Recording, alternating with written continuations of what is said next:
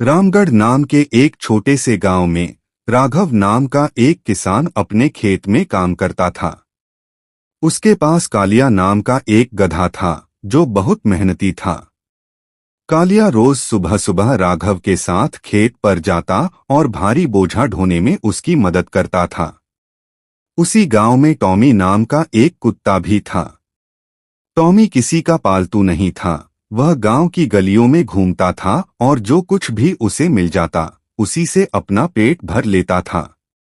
Tommy स्वभाव से बहुत ही चंचल और शरारती था।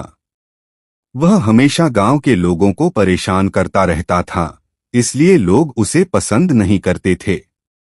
एक दिन जब कालिया खेत से वापस आ रहा था तो अचानक बहुत तेज बारिश शुरू हो गई। रास्ते में एक गहरी खाई थी। हमेशा की तरह कालिया ने उस खाई को पार करने की कोशिश की, लेकिन फिसलन की वजह से वह खाई में गिर गया।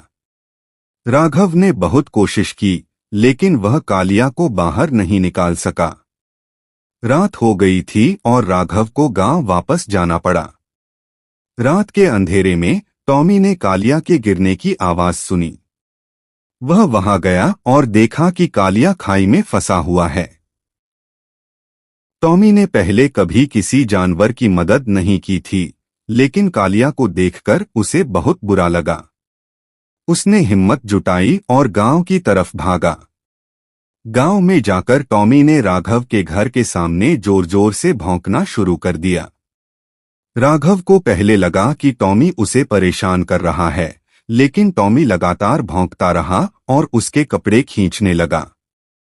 राघव को कुछ गड़बड़ लगी और वह टॉमी के पीछे पीछे चल दिया। टॉमी राघव को उसी खाई के पास ले गया जहां कालिया फंसा हुआ था। राघव ने देखा कि उसका गधा कालिया खाई में पड़ा हुआ है। वह तुरंत गांव वालों को बुला लाया। सबने मिलकर कालिया को खाई से बाहर निकाला। कालिया बहुत डरा हुआ था और उसे चोटें भी लगी थीं। राघव ने टॉमी की तरफ देखा और उसे धन्यवाद दिया।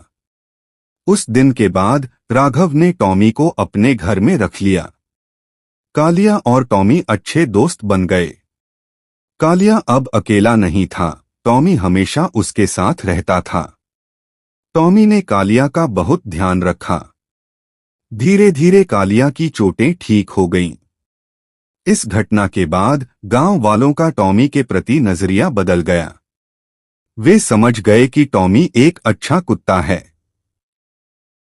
कालिया और टॉमी की दोस्ती पूरे गांव में मशहूर हो गई। उनकी दोस्ती ने यह साबित कर दिया कि दोस्ती के लिए कोई सीमा नहीं होती, चाहे वो इंसान हो या जानवर। दोनों एक दूसरे के साथ बहुत खुश थे और उनकी दोस्ती हमेशा के लिए कायम रही।